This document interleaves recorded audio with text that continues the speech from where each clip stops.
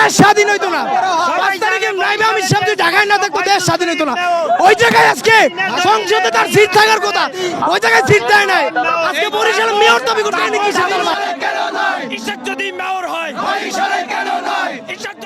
ইসলামী আন্দোলন বাংলাদেশের সিনিয়র নায়েবে আমির মুফতি সৈয়দ মোহাম্মদ ফজলুল করিমকে বরিশাল সিটি কর্পোরেশনের মেয়র ঘোষণার দাবিতে আদালতের প্রধান ফটক বন্ধ করে বিক্ষোভ করেছে তার সমর্থকেরা।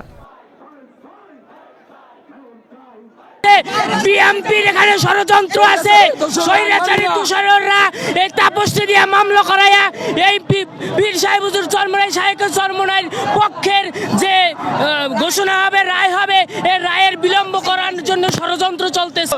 কারণ বিভিন্ন সেকশনে আজকে চাঁদাবাজি লুটতরাজ করছে। আজকে একজন প্রার্থী সে নাকি মামলা করছে, তার কোনো অস্তিত্ব ছিল না বরিশালে, তারপরে সে কাদের ইন্ধনের মামলা করছে, সকল জনগণ জেনে গেছে। চট্টগ্রাম ও ঢাকার পর বরিশালেও মেয়র পদ নিয়ে উত্তেজনা চলছে। নির্বাচনে দ্বিতীয় সর্বোচ্চ ভোট পাওয়ার প্রার্থী ফজলুল করিম ভোটে কারচুপির অভিযোগ তুলে গত 17 এপ্রিল আদালতে মামলা করেছিলেন। এই মামলার শুনানির দিন ছিল 24 এপ্রিল বৃহস্পতিবার। তবে আদালত শুনানি না নিয়ে আগামী 5 মে পরবর্তী দিন নির্ধারণ করেন। বিএনপি সময় তো 5 তারিখ দেয় নাই। ঢাকাতে চট্টগ্রামে দেয়। এটা সমস্যা। বরিশালের ব্যাপারে 5 তারিখে নাইবে আমির দেশ স্বাধীন হইতো না।